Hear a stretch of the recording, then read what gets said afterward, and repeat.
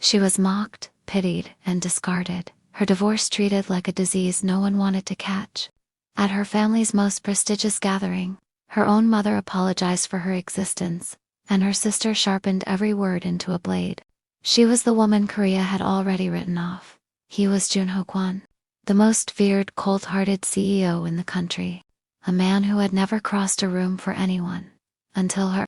In one unforgettable evening, the man who built an empire from silence chose the woman everyone had dismissed. Not despite what she had survived, but because of it. This is not a story about being rescued. This is a story about being finally, completely, accurately seen. Some people are not overlooked because they lack value. The boardroom of Han Tower cast its shadow over the Han River like a blade. But Nari had not come to admire the view. She had come because her mother had asked her to. And 34 years of quiet obedience had made it nearly impossible to say no to her mother, even now, even after everything. She stood at the edge of the Choi family's annual Chuseok reception, held not in any ancestral home but in the 42nd floor Sky Lounge of the Choi Group headquarters, because the Choi family had long ago decided that tradition was most beautiful when framed by wealth.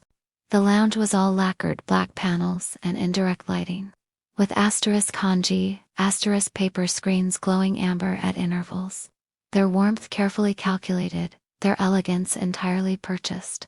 Arrangements of chrysanthemum and pine the flowers of perseverance, sat at every table, a quiet irony that was lost on most of the guests. Nari was not most guests. She wore a hanbok of deep indigo silk, its gyokuri embroidered with small silver cranes along the collar. It had been her grandmother's, altered to fit her narrower shoulders. It was the only thing she owned that no one could take credit for choosing. Around her, women glittered in jewels and modern silhouettes, performing a version of Korean tradition that had been carefully curated for maximum admiration. Nari stood apart from them the way a Joseon-era ink painting stands apart from a gallery of neon art, quieter, older, carrying a different kind of weight. She was 34 years old, divorced, and according to every auntie in this room, essentially finished. The divorce had been finalized 18 months ago. Her ex-husband, Bunchil, had left with calculated efficiency, taking his family's approval, the apartment in Mapo, and the particular kind of social standing that a woman in certain Korean circles only held through her husband. What he left behind was considerably less visible, but considerably more real. Her own name, her own opinions, the quiet, terrifying freedom of being entirely responsible for herself. Her family had not seen it that way. Her mother Mae-eon moved through the reception like a woman performing an act of public atonement. Her smiles were slightly too wide. Her laughter arrived slightly too quickly. She was managing the narrative. Nari is doing wonderfully, of course. She's always been the resilient one, while simultaneously shooting her eldest daughter glances of such concentrated anxiety that Nari could feel them, landing on her skin like drops of cold water. And then there was her sister, Jisoo. Jisoo had arrived with her husband and their 2 children, who were currently being paraded through the reception like proof of a theorem. She was 3 years younger than Nari, perfectly married, perfectly positioned, and possessed of a particular gift for cruelty that she had always wrapped in the language of concern. She found Nari near the Hanji screens, alone, holding a glass of sake she wasn't drinking. Jisoo's voice was sweet with something that was not sweetness. She touched Nara's arm with 2 fingers, the way one touches something one isn't sure is clean. You look tired. Are you sleeping? I'm fine, Jisoo. Of course you are. A small, sad smile. I just worry. You know how people talk? They see you here alone and they think she'll let the sentence dissolve. The unfinished thought more cutting than any completion. Byung-seol is seeing someone. Did you know? She's 26, a graduate student. A pause timed with the precision of a surgeon's cut. Some men just need a woman who makes them feel uncomplicated.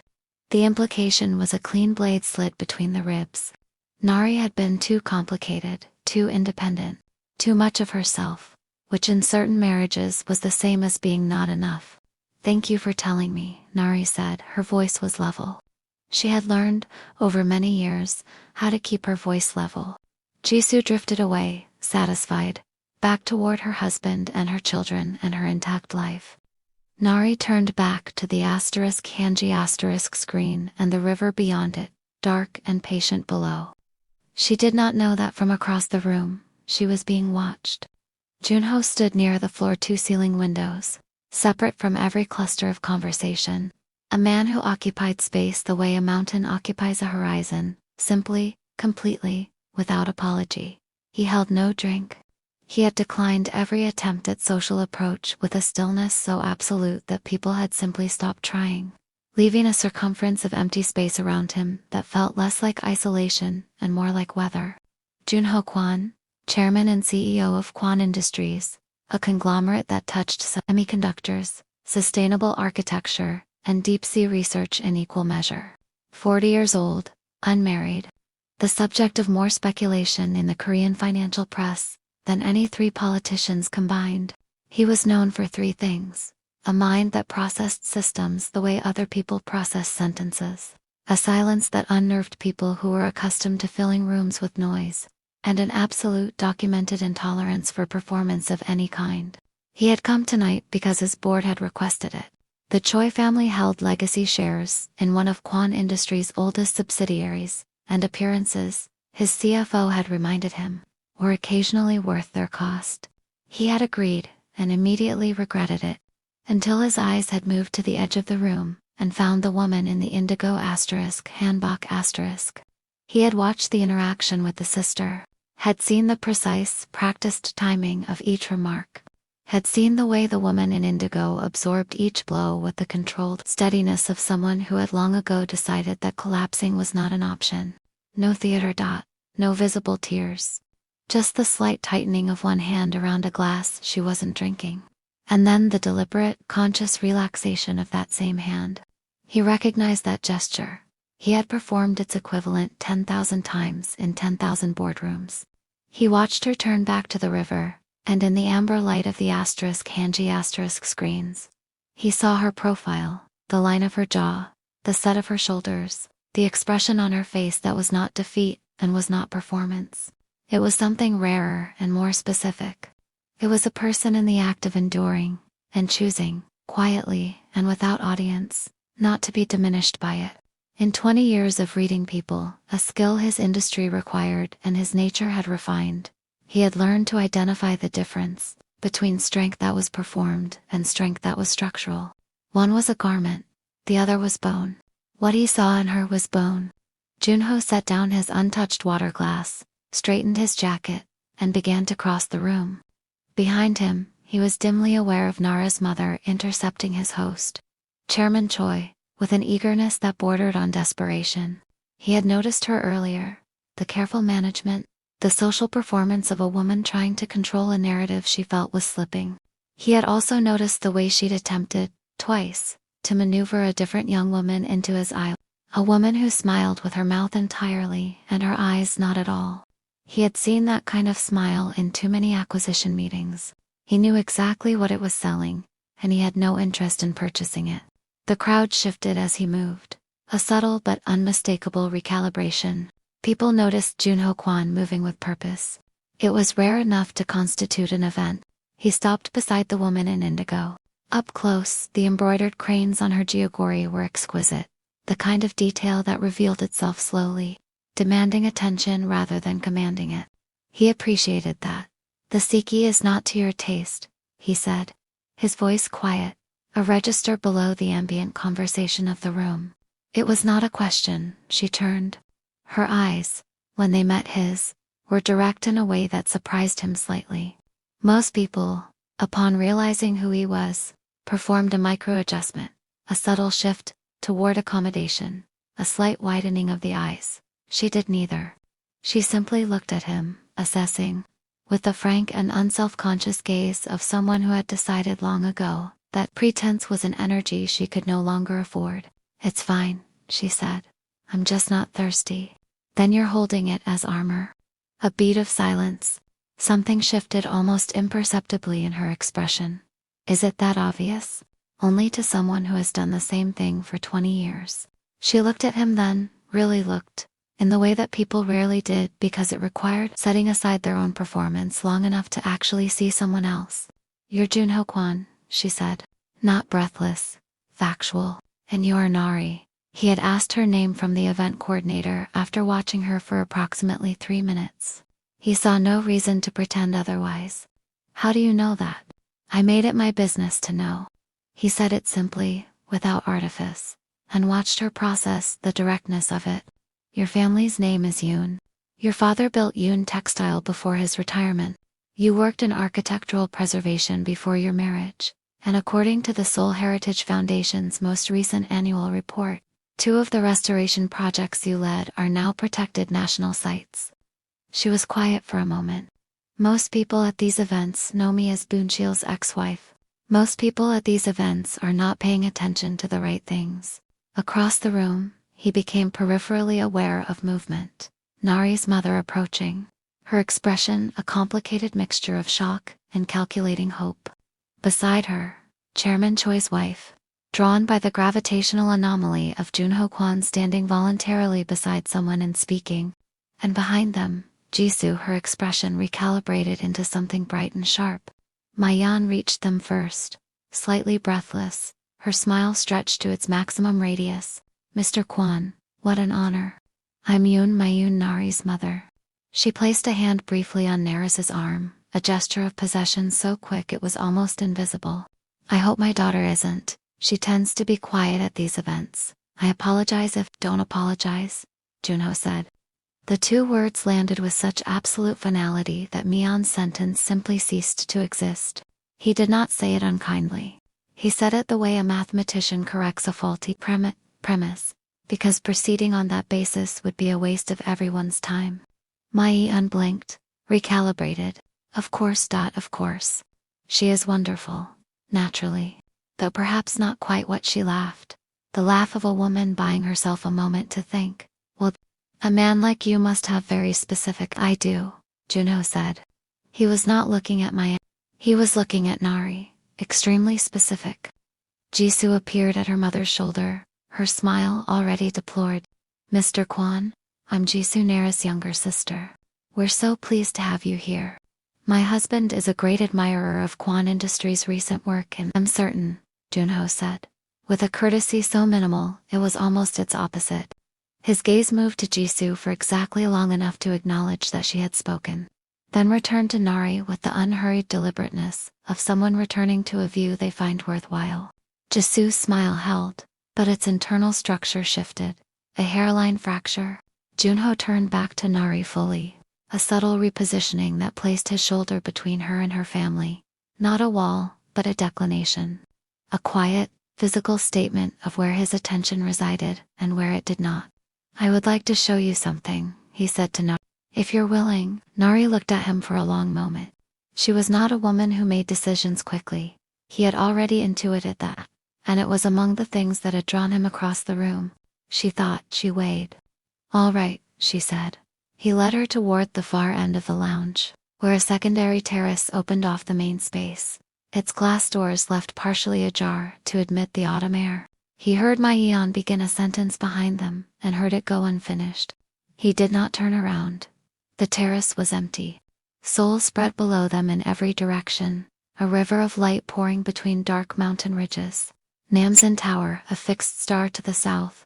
The curved roof of Gyeongbokgung barely visible through the city's glow. A memory of something older and quieter embedded in all that modern light. Nari stepped to the railing and looked out. He stood beside her, close enough that the autumn wind carried her perfume to him. Something clean and faintly herbal, not the heavy florals of the reception. It suited her. "Why are you out here?" she asked, and he understood she was not asking about tonight specifically. She was asking about the circumference of empty space he'd maintained all evening. A man in your position could work an entire room in an hour. "I don't work rooms," he said. "I find them exhausting. People in rooms like that are not interested in conversation. They're interested in being witnessed having a conversation with me." She considered that. "That sounds lonely." He looked at her.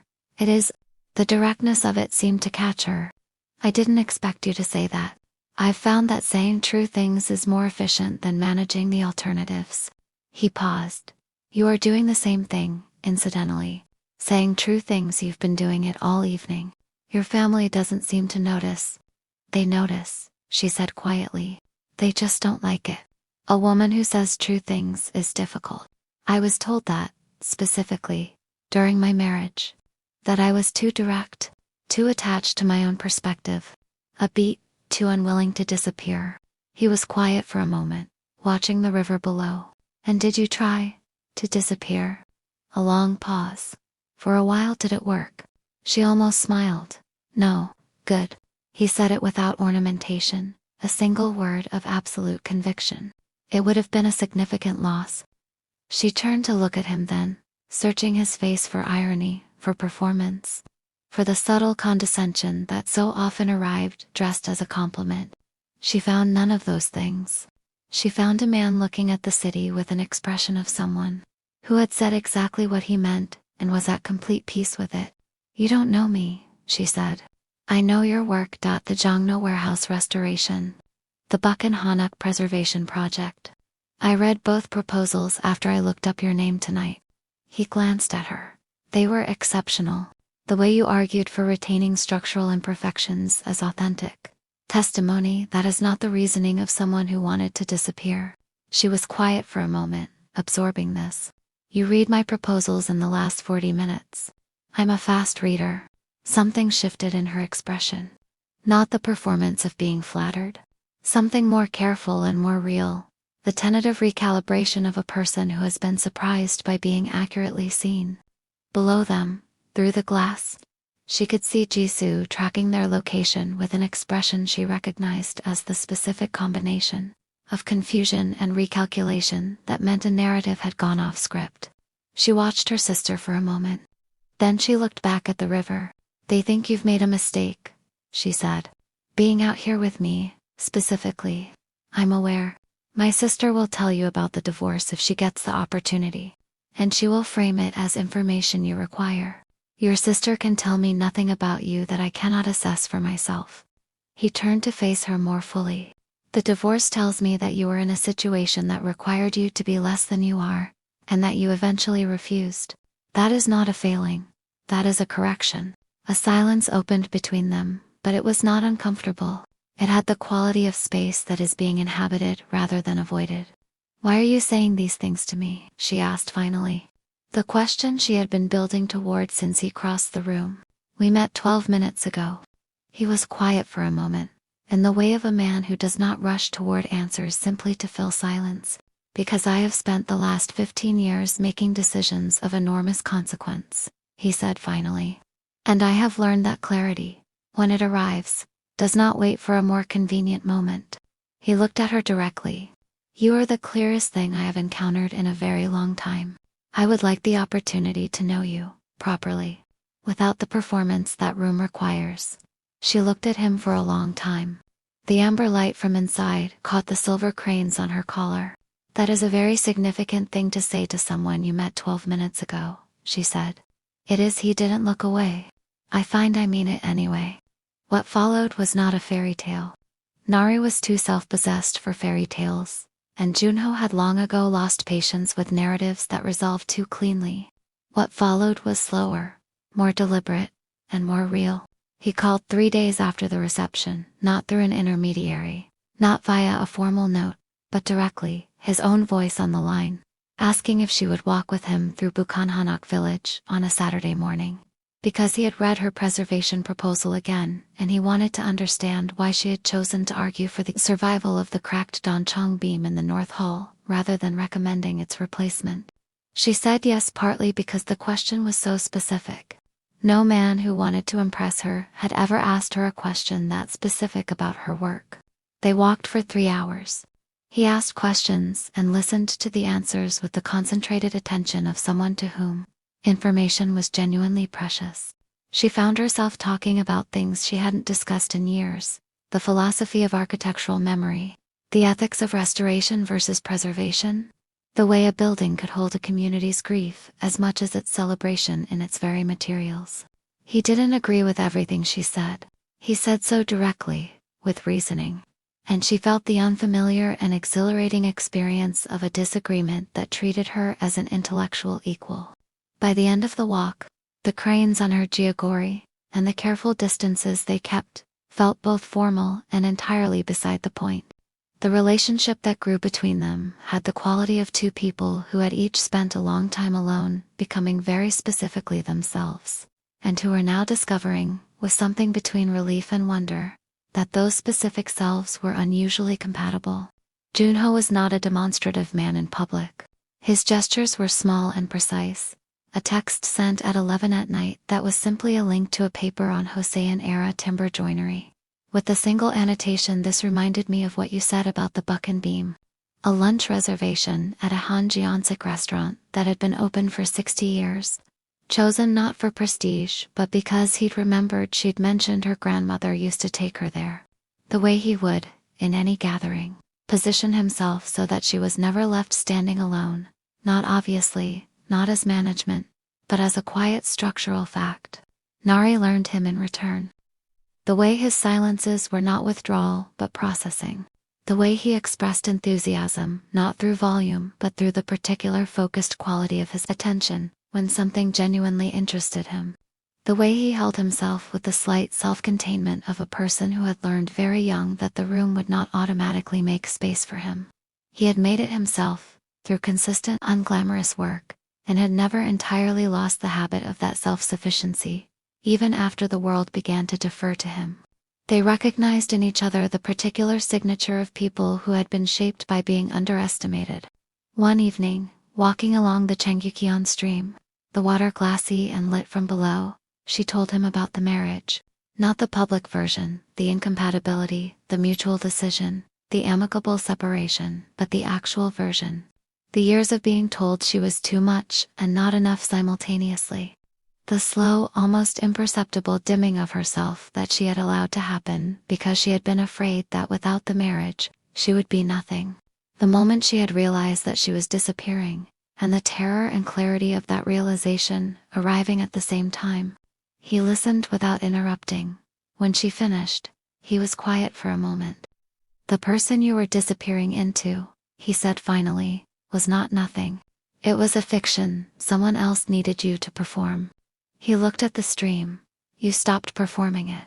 That required more courage than most people will exercise in their entire lives. My family doesn't see it that way. Your family is measuring you with the wrong instrument." She was quiet. The stream moved past them, patient and unhurried. "Jisoo called me last week," she said. "She said people are talking. About us, about the age difference." She paused. "She said she was telling me for my own good." Junho absorbed this with characteristic stillness. "And what did you say?" She looked at him, and there was something different in her expression. Something that had not been there at the gala. A quiet, settled confidence. "I told her I appreciated her concern, and that I would take it under advisement." The corner of his mouth moved. And then I made dinner reservations." He looked at her for a moment, and then he laughed, low and genuine. A sound that seemed to come from somewhere that didn't often get reached, and she felt, for the first time in longer than she could precisely calculate, that she was entirely uncomplicated, accurately in the right place. There was a moment, 6 months later, that Nari would return too many times. They were in his study, a room of floor-to-ceiling bookshelves. A single museum-quality ** painting of tigers and magpies on the far wall. The kind of room that accumulated meaning over decades, rather than being designed to impress. She was reviewing a proposal for a new conservation project. A Joseon-era government building in Genju that had survived 3 centuries and was now threatened by a development consortium. She had been working on the argument for 2 hours, growing increasingly frustrated with the bureaucratic language required. Junho came in, set tea beside her without being asked. Yuyacha exactly as she took it, and glanced at the documents. "You're writing defensively," he said. She looked up. "What?" "The proposal. You're anticipating objections and writing around them. It's making the argument smaller than the thing it's defending." He sat across from her. "Write the case you actually believe. The building survived 300 years because it was worth surviving. Say that in those words." She stared at the document. Then at him. How do you know that's the argument? Because it's the argument you made at Bukon, he said. The one that made me walk 3 hours in November without noticing the cold. She was quiet for a moment. Something tightened in her chest in a way that had nothing to do with distress. Junho, I need to tell you something. He looked up from the subsidiary report he'd opened. His attention immediate and complete in the way she'd come to understand was simply how he listened. I spent 3 years becoming a smaller version of myself, she said carefully. And then I spent 1.5 years learning to take up space again. And she stopped. Reorganized. I was doing that alone. I was becoming myself again, alone. I had decided that was the only safe way to do it. She looked at him. You made me question that. He was quiet for a moment. Is that good? She said. It's good. I just wanted you to know that it wasn't nothing. What this is, it isn't nothing to me. He set down the report. The room was very quiet, the city outside absorbed by evening. Nari, he said, his voice at its lowest, most unguarded register. I have built things my entire life. Companies, systems, structures designed to last. He paused. I have never, in any of it, felt as certain of anything as I have felt of this. She crossed the room and sat beside him, and they were quiet together for a long time. In the particular way of two people who have stopped performing and started simply being, which is rarer and harder won, and worth considerably more than anything the Chuzok lounge on the 42nd floor could ever contain. The Jeonju proposal was approved. Kwon Industries, it emerged, had quietly submitted a conservation counter-proposal to the Development Consortium's project, an alternative design that preserved the original structure while creating a culturally integrated modern space around it. The financial backing had been substantial. The attribution had been anonymous. Nari found out through a colleague at the Heritage Foundation, not through When she asked him about it, he was reading, his reading glasses low on his nose, his expression entirely neutral. The building was worth preserving, he said. The argument you made was correct. I simply had resources the argument lacked. You could have told me. You didn't need my resources to make the case. You needed to make it without them. He looked at her over the glasses, which you did. She stood in the doorway of his study for a long moment. The Minhwa tigers watched her from the wall, expressions of patient amusement. You are, she said finally, extremely difficult to argue with. I know, he said, and went back to his reading. But when she crossed the room and sat beside him, his hand found hers with the unhurried certainty of someone reaching for something they have long since decided belongs in their life, and he held it without looking up, his thumb tracing the line of her knuckles. Outside, Seoul continued its permanent motion, its towers and its hammocks, its mountains and its river, old and new in constant unresolving conversation. And inside, in a room of books and low light and the smell of yuyacha cooling in a cup, two people who had each spent a long time being misread, sat in the specific and irreplaceable peace of being, finally, understood. The question is never whether you are enough. The question is whether the room you are standing in was ever built to hold you. Sometimes you don't need a larger room. Sometimes you simply need to find the person who can see, without being told, that you are never too small, only ever in the wrong building. If this story stayed with you, it would mean a great deal to know why. What is it we are really looking for when we seek to be seen?